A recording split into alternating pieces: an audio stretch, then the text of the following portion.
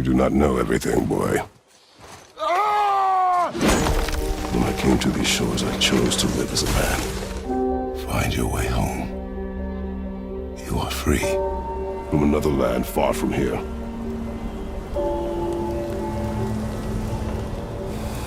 A tattooed man traveling with a child.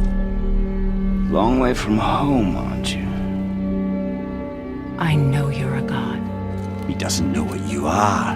Leave my home. Who you were before doesn't matter. This boy is not your past, he is your son. And he needs his father. Kratos is one of the most complicated characters in all of fiction. If you look at him at just the first 3 games, then you would kind of think that he's rather simple. People killed my family and now I'm going to kill all of them and then some. Typical revenge story that works here, although Kratos' character becomes very one-note by the end of it. Then, we get this reveal that we are going to get a new game in 2018 and is going to be looking at an older Kratos, along with his son. It works so well, almost too well, because you see a lot of stories copying this trope of old man taking along this young spry child on an adventure. I mean, The Last of Us kind of did it first, but I'm not going to get into that. More importantly, it changed Kratos as a character, or rather, it expanded his character and gave him more depth. I'll get deeper into that in a minute, but Kratos' arc is about asking yourself, does our trauma shape who we are as people? Kratos starts as a man fueled by revenge, but by the time we see him in the game, he actively tries to change. Can a person change who they are? How do we do it? What are the steps? All major parts and themes of one of my favorite games ever. So, God of War 2018 was talked a lot about when it came out, you know, in 2018, the year of our Lord. Laurel, Laurel, Laurel, Laurel. Fucking saying Laurel. Who's hearing Yanny, bro?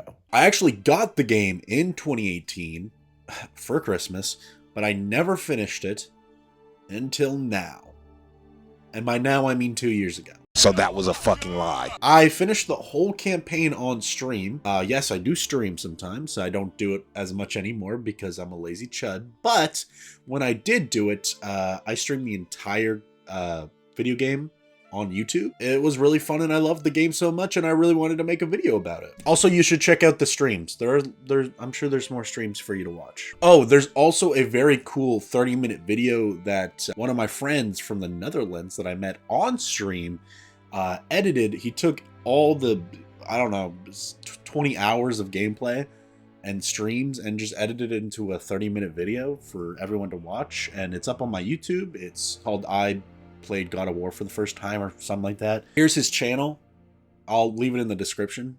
Go check him out. You know, God of War is a very special game. Why, you might ask? Well, give me a damn second, you stupid piece of shit. You see, God of War is a special game because it starts off as a very simplistic story that unwinds into this unexpected narrative that is both exciting and touching. Touching? I don't have a joke there. Don't touch anybody, you fucking freaks. Sometimes the greatest things ever always come and start from the most simple. The beginning of the game has Kratos' wife dead. Chicken balls. Him and Atreus burn her body and plan to spread her ashes on the tallest peak in all the realms. That's the mission. Spread the ashes, go home. That's it. It's the equivalent of me going to the convenience store, getting a Reese's and a Pepsi Max.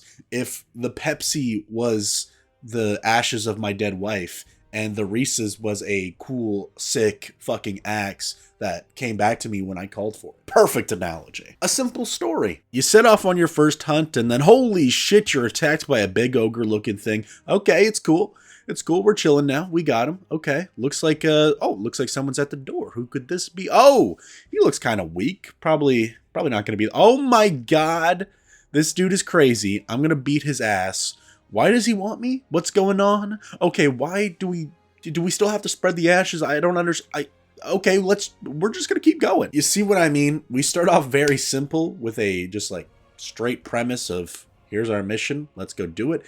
And then as the story goes on, more things happen that expanded and create this exciting new tale. A son and a father are mourning the loss of their wife and mother, and they need to spread her ashes on the tallest peak in all the realms. And somehow, from that simple premise, we spin off into a whirlwind of action and emotion. I'm gonna say it again, but starting with something simple and spinning it into one of the most exciting gaming experience that I have ever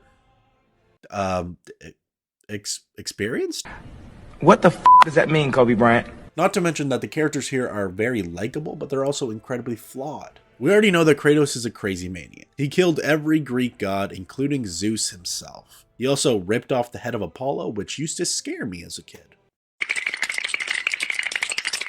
Yeah, see, this guy probably doesn't have the most perfect mental state. But this game took all that rage and actually created a gripping story with it. An eternal battle that Kratos has to fight here. It's brilliant. Can he change who he is? Is he shaped by what happened in the past? Is he shaped by trauma? The answer is yes, but he doesn't have to be. This is really what makes the story as perfect as it is. Kratos going across the realm on a mission with his very impressionable son gives him a lot of stakes.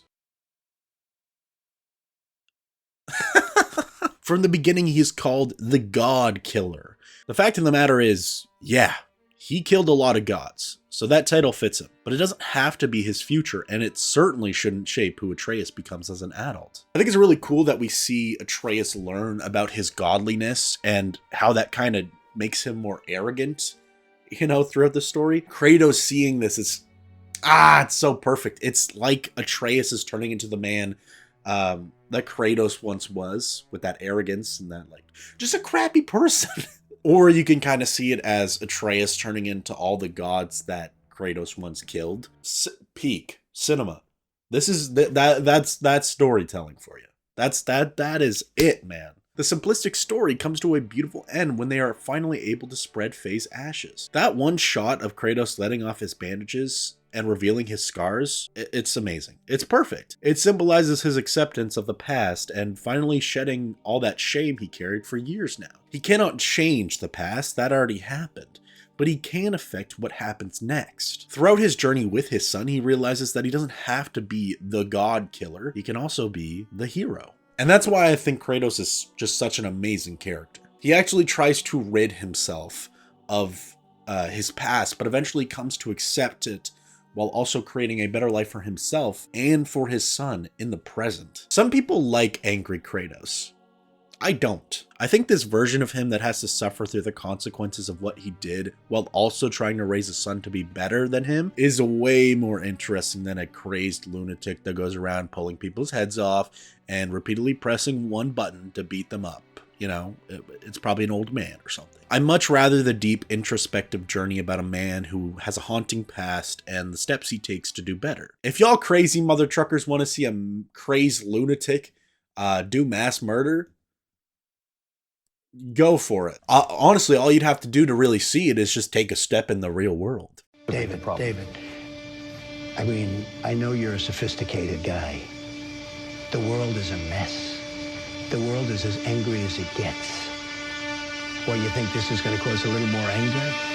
The world is an angry place. People die every day. And if you donate just $1 to the Spencer.G Foundation, that is definitely a real foundation and definitely not just a link that puts the donation money directly into my bank account. Donate today and we can save lives. One car payment at a time.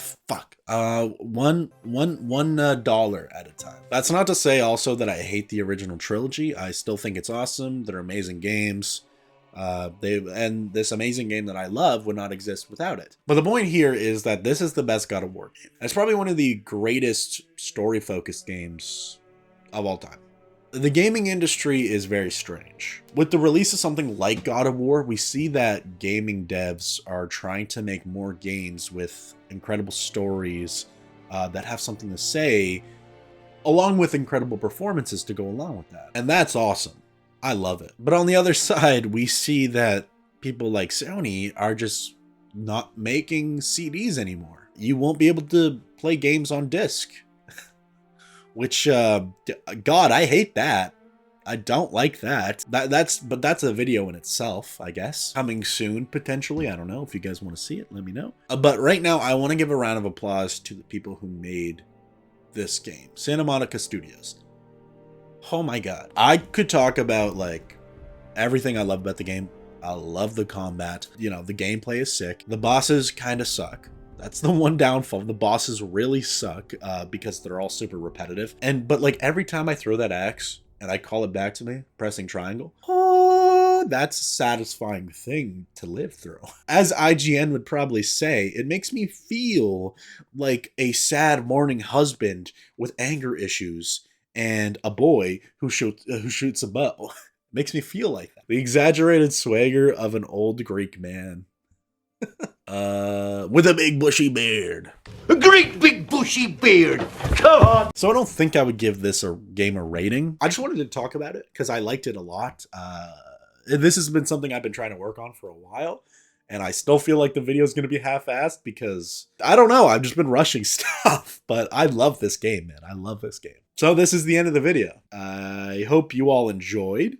I am trying to make as much content as I possibly can before the end of the summer. Because I know there's going to be a time where this channel only has like a video coming out like once every maybe month or, you know, couple months or something, which sucks. Try to enjoy the videos as they come right now. If we get to 1,000 subscribers, I will either buy a Nintendo Switch 2 or I will eat a sub on stream or something. Let's do that before December because that's the goal. If we don't do it, then I won't do any of that. Please remember to stay safe, stay healthy, and stay sexy. Okay. Bye. 語れない眠れないとろい目ないあなたの見てる正体誰も読めない